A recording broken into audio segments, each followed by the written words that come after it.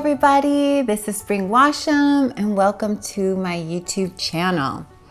Today I am so honored to share with you about the Dharma and the wisdom and the power of Harriet Tubman. For all of you who follow me on social media, you know that I'm kind of obsessed with Harriet Tubman right now and post a lot of information about her. I started a 5-week course that ended up leading into a regular Sunday sitting group, more of a church. It's called the Church of Harriet, where every Sunday we play gospel music, I tell stories from the life of Harriet, and we meditate and we pray together. And I think it's really powerful for us to be evoking one of these powerful ancestors.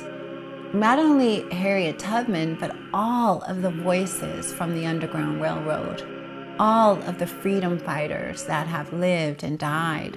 John Lewis just recently passed away. What a great being, powerful voice of truth, powerful voices of freedom and justice.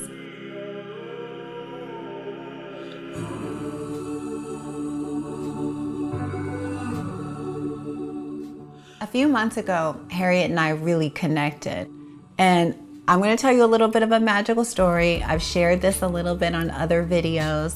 I'm currently writing a book about Harriet Tubman that came out of the last few weeks in my class that I'm doing on Sundays.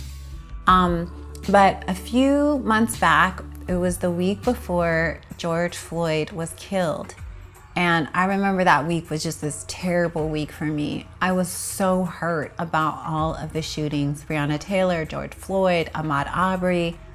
My sister and I were walking in Marin, where I live now, about an hour outside Oakland. We were hiking, and this woman, you know, they call them Karens. Like we had a Karen incident where we were hiking along, and this woman starts interrogating us, asking us where we lived, who we were, and then saying, oh, there's been break-ins in the neighborhood. I mean, it was so crazy. It was the middle of the day and so many people were walking around. We were obviously targeted. But what that did was it just brought up so many hurt feelings, so much anger. And I know so many of us are trying to work through a whole range of feelings of hurt, rage, trauma, you know, as these things are happening in our country and in our world right now, especially here in America with the president. It is so painful, and it can feel like there's no hope or we don't have a leader. And I think that that's the thing. We're sort of in a way, a leaderless movement right now. So I was trying to figure all of that out the week that George Floyd died. This was in May, a few months ago. And I remember I went to bed and I was tormented, and I had this powerful dream where Harriet was leading me. I was on this dark road and we were running, and I was being chased, and I could hear these horses or the sounds of, you know, being chased by somebody. And I know it was like Nazis and slave catchers and forces of like demonic forces. And I remember I'm running and I knew somehow it was Harriet Tubman, and I was holding on to the back of her jacket or her dress. And I was like, Harriet, get me out of here. And she turned around and said, I will. And from that moment on, it's like I've had this magical relationship with this ancestor. And I was doing a 5-week class about her, and my publisher came to the class and was so excited that offered me a book deal, and now I'm writing about her.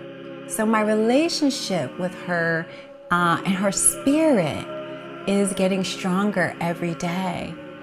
And one of the things that Harriet is teaching me about is the wisdom of being a conductor, like how to be strong, how to be courageous.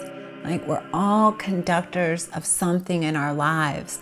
Whether you're at home with your family, or you're leading an organization, or maybe you're alone in your apartment, you're conducting something, right? And how to be fearless, and how to keep our eyes on the prize right now, that this is a long journey.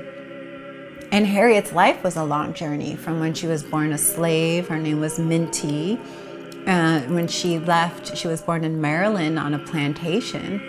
And then when she was 27, she escaped, and she ran all the way to Philadelphia, this epic journey.